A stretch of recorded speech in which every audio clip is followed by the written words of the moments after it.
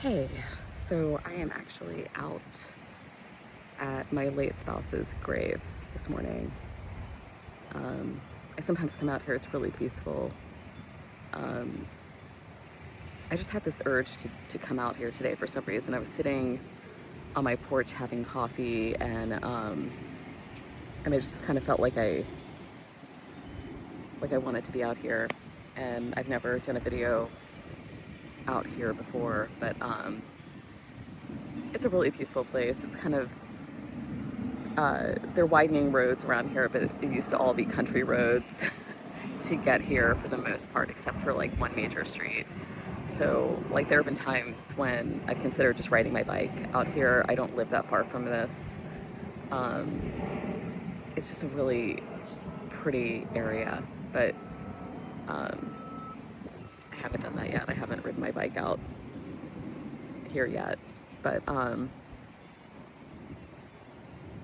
anyhow, it's interesting because now with this, time away from work, I'm kind of going through probably some stuff I should have gone through before, uh, where I'm finally able to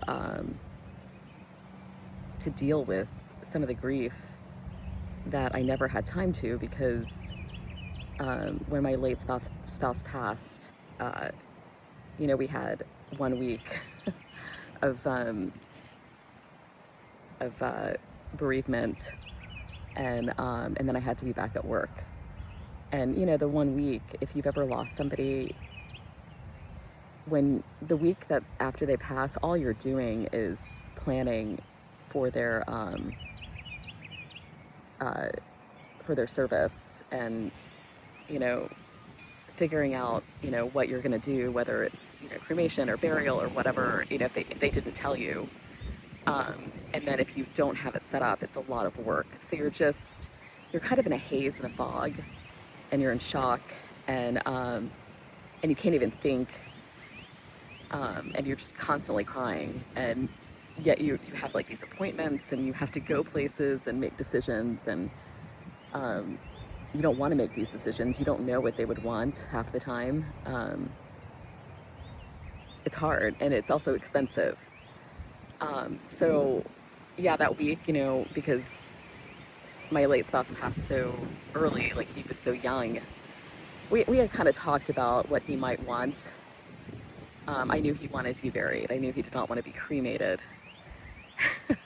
And there's a story because I lost my family so young. I was in my 20s, and I just hit like 30, 31 when my brother passed. But when my mom passed, my brother passed. So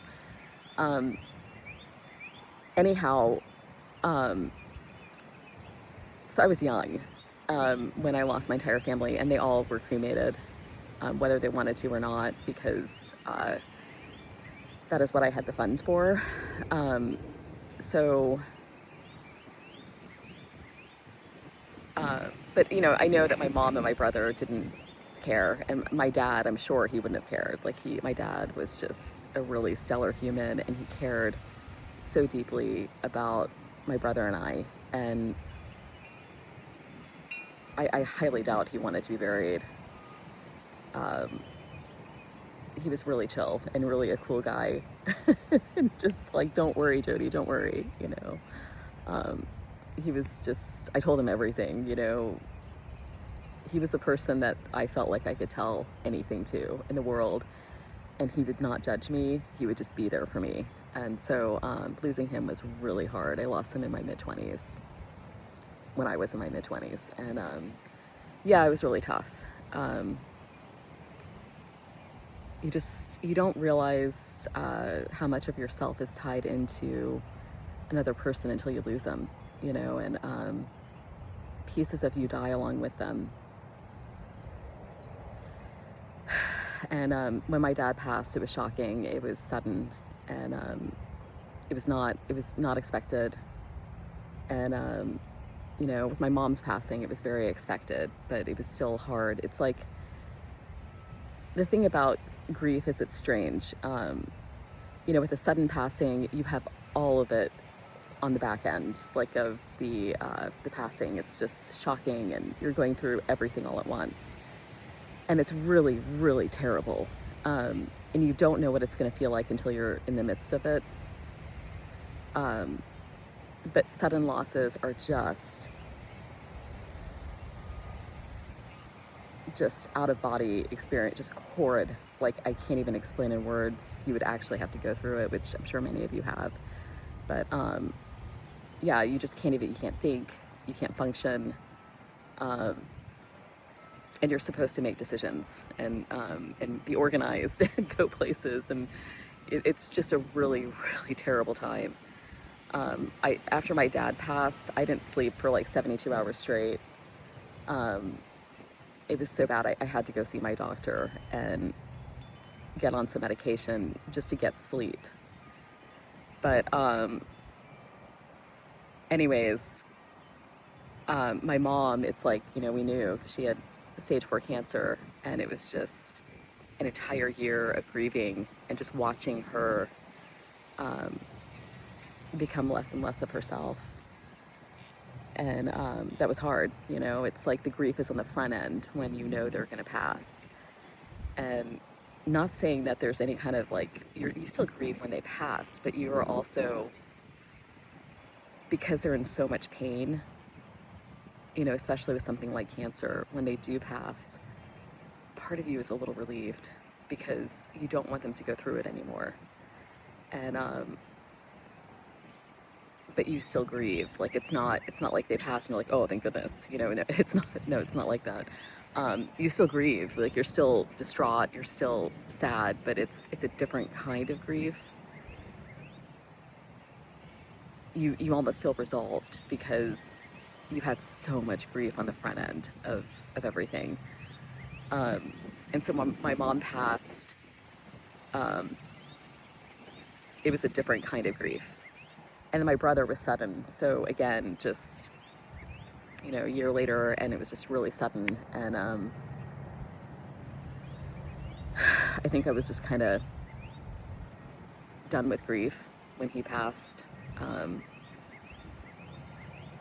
It was awful because I really didn't expect for him to pass. I really, really didn't. He was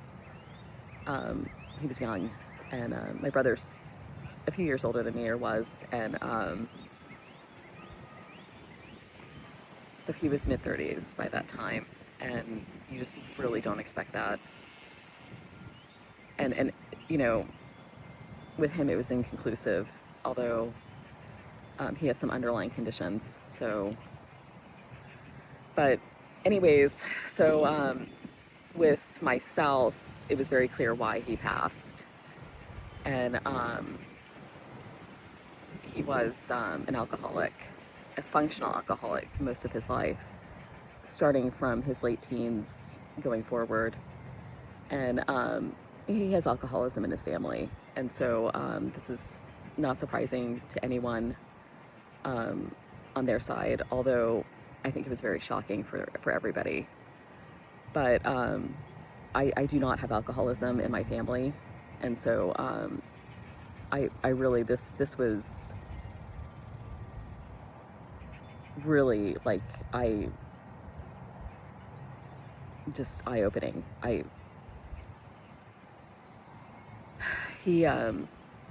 didn't realize how bad everything was for him. I worked a ton. I was the primary breadwinner, and so I was working a lot often, and then I kind of I was able to kind of settle into a role where I had a little more flexibility, but I was still away from home a lot, you know, traveling back and forth an hour per day each way, and you know, home in the evenings and busy. You know, we had our daughter, and you're just busy. So everything to me seemed normal. Like, he didn't seem like anything was out of the ordinary for me. And it's a Southern thing to, like, my family's not from the South. And so I didn't grow up with a house with like a ton of alcohol in it. We just didn't, like, we didn't even have sodas in my house growing up. And so occasionally my mom would buy wine or something, she was Italian. And so like, on occasion we'd have like a nice Italian dinner or just whatever. But, but there wasn't the constant presence of liquor and alcohol in my house growing up. And so, when you make friends with people who are from the South, it's very common for them to have like a liquor cabinet in their home, and and they drink good whiskey, and it's just like it really is like Southern culture, for many, not all, because you also have your religious church people who just don't believe in having it in their household either, and most of the people I grew up were like that. But then, I made friends in high school who were from a little bit of a more wealthy area, and they all had like liquor cabinets and just very, they all, their fathers went golfing, and they drank the good stuff, and so those people, when they threw a party at their house, there was plenty of bottles to try. Different things from, which I was not a partier in high school at all. But I did go to a couple of parties, and it was interesting to see just how much alcohol these people had in their home, like, and no judgment, it is what it is. But that kind of showed me a little bit of Southern culture, where this is just kind of baked into the culture. And so that's kind of really, my late spouse's families, that's kind of what they were like. They didn't really have like a liquor cabinet per se, but they were more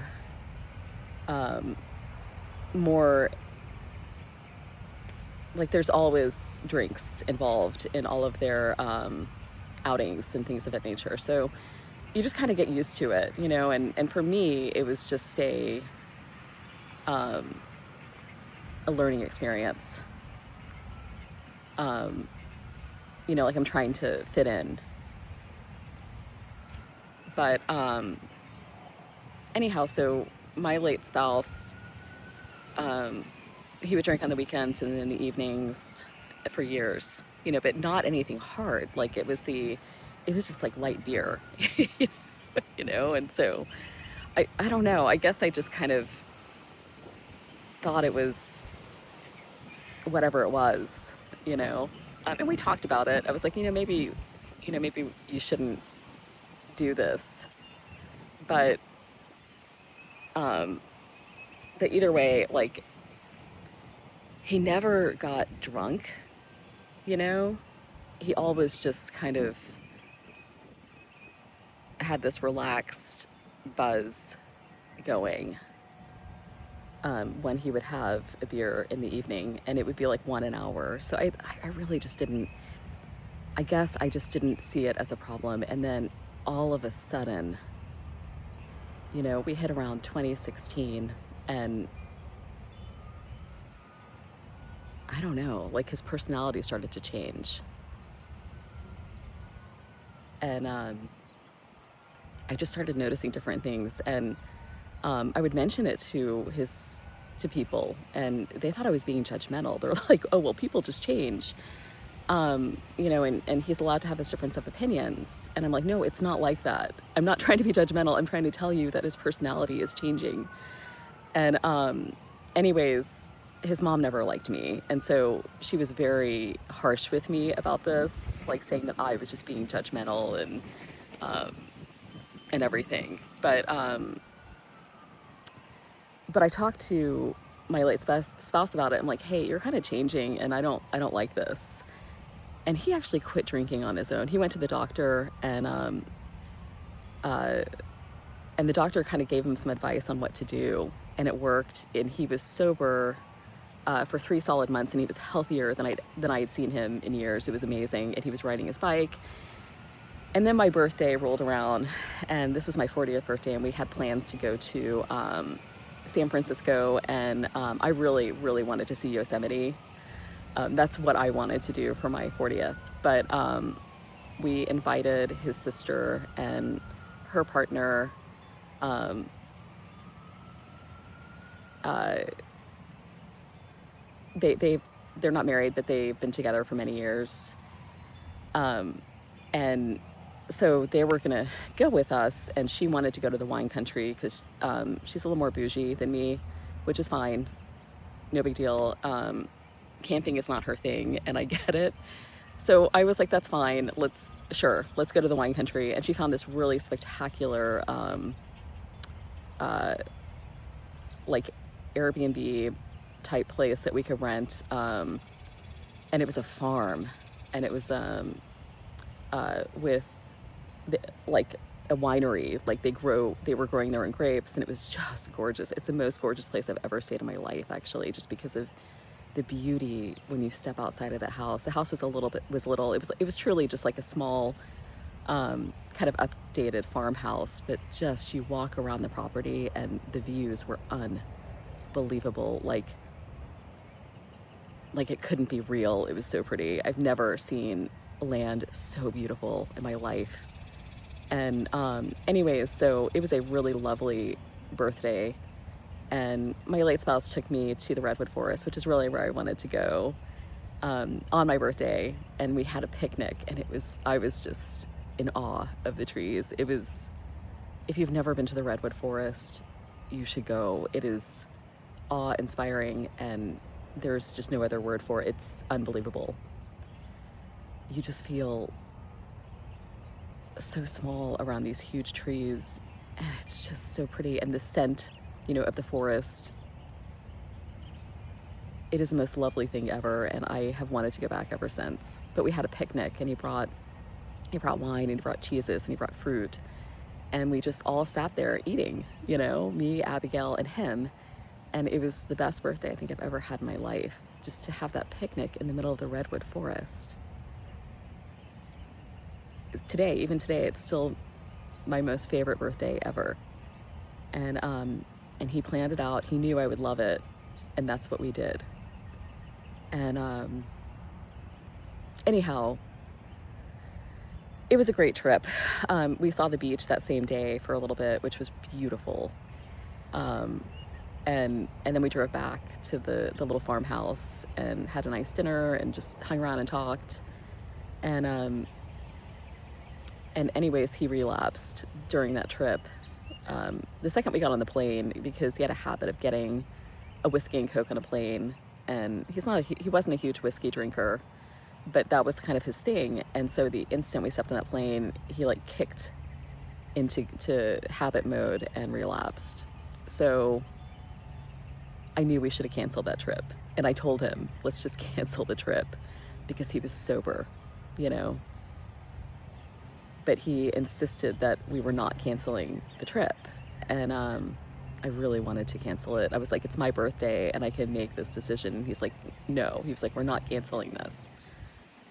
But anyways, I wish we had, because I think if we had, he might still be alive today. Yeah.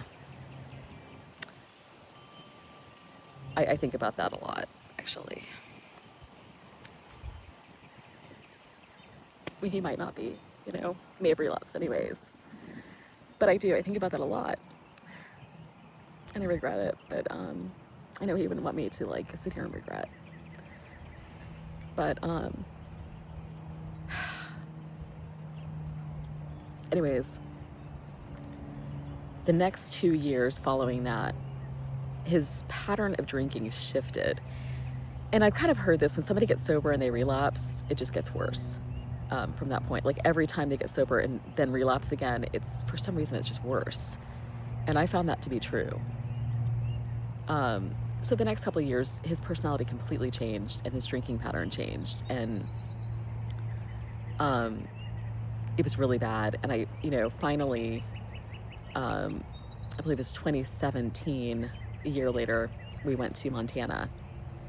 And I didn't realize how bad his drinking had gotten over that year, but when we went to Montana, he was buying whiskey, and I'm like, I saw him buy 1 bottle of whiskey.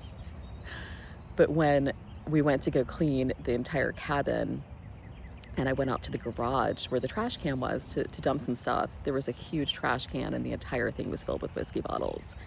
And I legitimately have no idea how he drank all of those. And when we got home, he was shaking and unable to make whatever was happening to him stop, because he couldn't drink enough alcohol to make his trembling go away. And it was absolutely terrifying. And we got him some benzodiazepam, and that is what helped him, because it's actually very dangerous to go through that, because it's almost like withdrawal, or just going sober in essence. And that's when we talked about him going to an actual real clinic to get help. And he decided that he needed to do it. And he was going to try and, maybe go sober again on his own, and it just didn't work. And it just kept getting worse and worse. And then finally, 2018, right around Memorial Day weekend, is when he went ahead and checked himself into a rehab facility.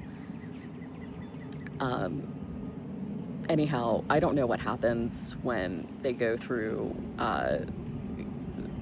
sobriety cold turkey, but he was never the same after that. I think they have like seizures or something, but his personality was never the same after that. It was just, and some people call it dry drunk. I really don't like that term, but when he came out, that's what it, he had all of those symptoms, but it was also worse. Like, he was just angry. He was no longer himself at all. Like, it was really strange. And I kept waiting, maybe, in a few months, it's gonna get better. And then it just didn't, it was just, it just never got better. He never became himself ever again. And he kind of became himself right a little bit before he passed, but never really truly his same like sweet self. And anyhow, from him getting out of rehab later in the summer, all the way through 2019, those years were the worst years of my entire life. Just living in this house with this person who was really, really angry and really quite terrible to everyone. And then he relapsed again in the spring, and it just kind of snowballed. It like went downhill from there, and I feel like there's nothing I could do to help him. It got really, really bad in the fall of that year of 2019, where he would block me, he would stand in front of me, like he would get angry and block me from getting out of a room. And that's when I was like, I really think you need to leave. It was really awful. And now that I've gone through this whole thing, and I'm online with other widowed wives of alcoholics, I now know this is completely normal. Like, this is what actually happens.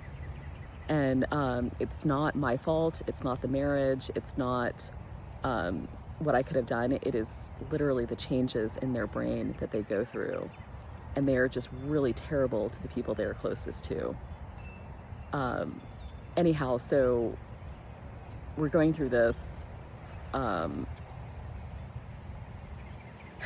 where in 2020, COVID happened, and suddenly I'm home with him all the time. And that's when I contacted his parents, because I could see what was happening. Because before, when I'm at work, part of me just thought that he was just still having light beer, and like his personality was different from whatever happened to him while getting sober at the rehab. But now I could actually see what he was doing. And I started to find all these whiskey bottles like hidden in places, because I started to clean things, And so I contacted his parents, and I'm like, hey, we need to send him to rehab. He's gonna die if we don't. And I think his mom just kept trying to insinuate that all he needed to do was get away from me. She's like, well, he has bad influences. He needs to move away from Texas because it'll be better for him, like as if divorcing me was the answer. Like that would be the solution to all of his problems. Which is strange because she grew up in an alcoholic household, and she knows these, she knew what would happen to people who were alcoholics. So it was really frustrating for me to go through that with her. Anyways, she was really terrible to me.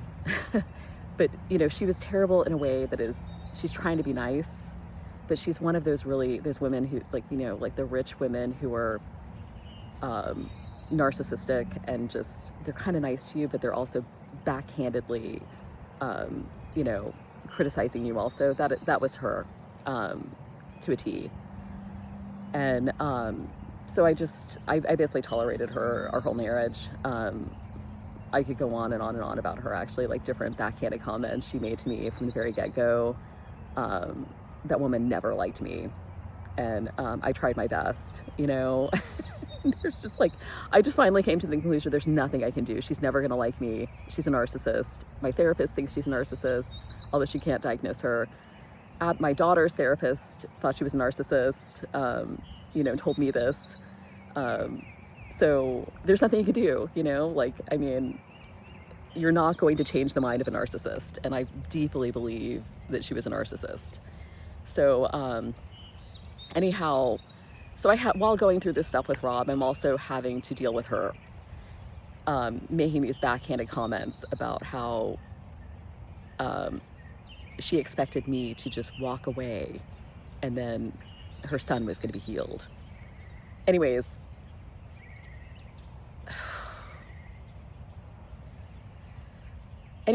we got him to the rehab, and she was great through that. Her and her husband, they were fantastic.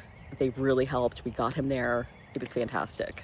They did love him. I know they did. But he loved them too. Don't get me wrong, it's his parents. He absolutely adored them, but he struggled with them. His dad was very strict. His dad is definitely on the spectrum, and he has all these rules, and he wants you to abide by every single rule perfectly. And if not, he is going to be angry. And that's kind of the household Rob grew up in. So, his dad was not warm and fuzzy at all. And so Rob always wanted to have a relationship with his dad, where they would sit down and talk about things, and he would impart wisdom to him and things like that. But it was never going to be like that. And I think Rob needed that kind of father-son bond, and he never got it. Which I could talk about that for days on end, but I'm not going to right here. So that's just the gist of it. But anyways, I accept that about his dad. That is just his dad. I haven't after Rob's passing, I did not accept it, because I think, which I've had many conversations with my therapist about this, that yes, that is his personality, but he also has a choice in how he's going to behave, and he didn't have to be so cold. He could have been warmer with him. That really is a choice. Even if you're on the spectrum, it is a choice of how you choose to interact with the people around you. So I'm not saying that you have to go snuggle, but I'm saying, you can have some warmth with your kids. Anyways, oh my goodness. So anyhow, we got him to rehab, and I filed for divorce. I was like, I cannot do this anymore. I went through a year and a half of pure hell with him in the household, just kind of living on eggshells. And it just got so bad towards the end, right before rehab, that I was like, I'm not doing this. Complete PTSD. So when he got sober this time in rehab, he really wanted to work on our marriage. He was really devastated at his own behavior, and even before I filed for divorce. And he really, truly, he wanted to go through therapy with me, and he wanted to make it work. So when I filed for divorce, I know it was really hard on him, but I wanted to do it while he was there because he would have all the support systems he needed. But I was not doing it anymore. And anyhow, we never went through with that divorce. We did live separately. There was a time in the summer when he got out of rehab that he came and lived with us. But the problem is he relapsed while he was there, and I made him leave immediately. And I just couldn't do it anymore. Just the lack of trust I had for him. It was just too hard. So he left and he went and lived in an apartment, the same apartment he ended up dying at, and a few months later. Which that scene was something else. It was just beer bottles all over, like a mountain of beer bottles when you walk in, just all over the floor. Like I'm just like, you're waiting in them. And then a whole case of whiskey. It's bad. I was sick the entire month of January 2022. I had typhus. I spent a lot of time outdoors, and apparently typhus is rising, probably climate change related.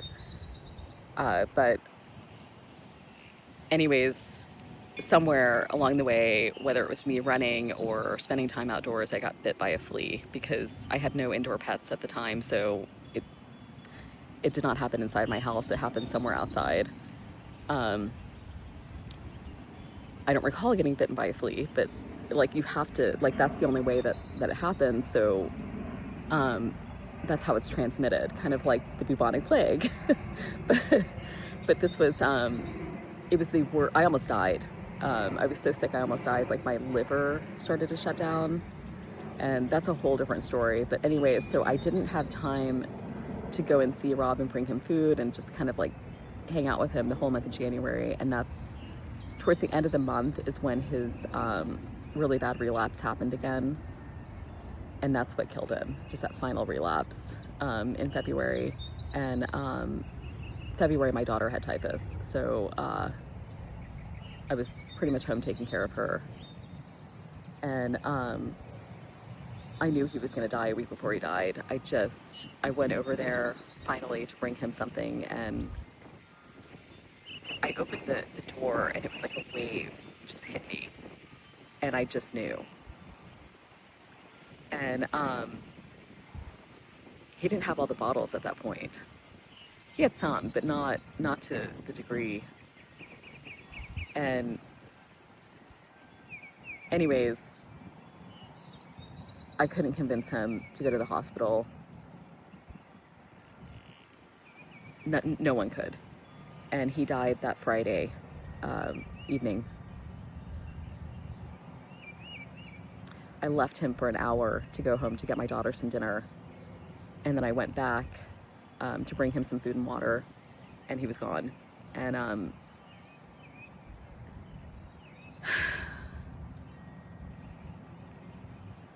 they tried to revive him. It was really, really terrible. I mean, it's such a waste. Like he was such a fantastic person. Like just, he didn't deserve to die like that. He was talented and smart and funny and a good person. He was a good dad. He was, my daughter's soccer coach. He was very involved. And the last years of his life don't define him. Like, they just don't. That's not who he was.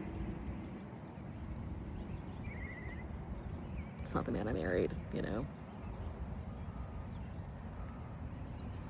Anyways, so yeah, so I'm off work and I'm, I think I'm finally able to grieve.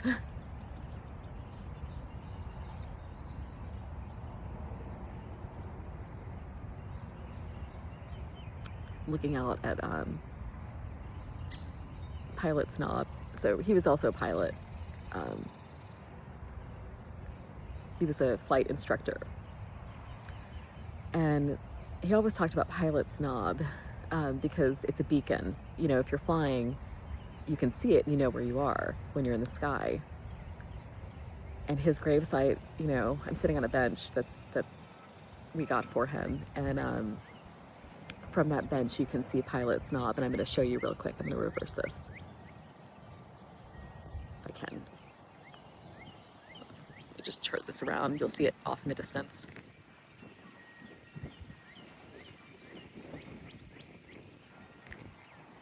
That hill that you see off in the distance, I hope you can see it. I can't reverse this when it's on, I guess. That hill that you see, maybe if I turn it to make sure you can see, I'll turn around. Hang on. To make sure you can see it. It's like right between the trees, kind of like. Anyways, that hill that you see off in the distance, that's Pilot's Knob. And that's why when we were looking at different sites here, I picked this one, because just as like a tribute to him, you know, that he can see Pilot's Knob. If he was alive, he could see it from his grave, so like you just always know where you are. Anyways, and it's beautiful to look at, and I'm glad that I can see it from here.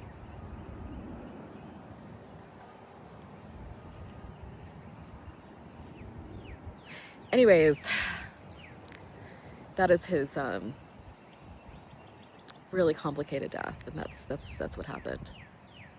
And if you have any addiction problems, I hope you get some help, because nobody deserves to die like that. Nobody. And it's not who you are. It's just a layer over you. What you are is underneath it, and everyone has their own beauty, and they deserve to live in that beauty of who they are, because no one will ever be you again. No one. You are the only you. And it doesn't matter what's happened in the past. It doesn't. Let that shit go. Because what matters is now, and every step you take into the future.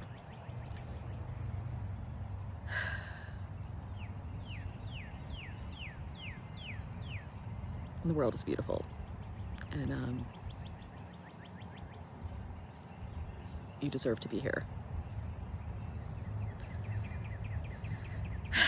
I wish he could have gotten through it, because his daughter deserves a dad. And he deserves to be here, and live his life and do all the things he would have done had he made it. And the only thing wrong with him, the only thing wrong with him, like his heart was perfect, everything was healthy, everything. The only thing wrong with him was the chronic alcoholism. It destroyed his pancreas and kidneys long term, and that's what killed him.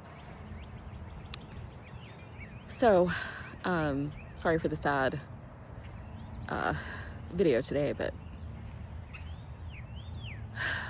this is also part of whatever it is I'm going through. So, I'm not ready. I'm supposed to go back in 2 weeks, and I'm not ready. I'm just now scraping the surface of this stuff.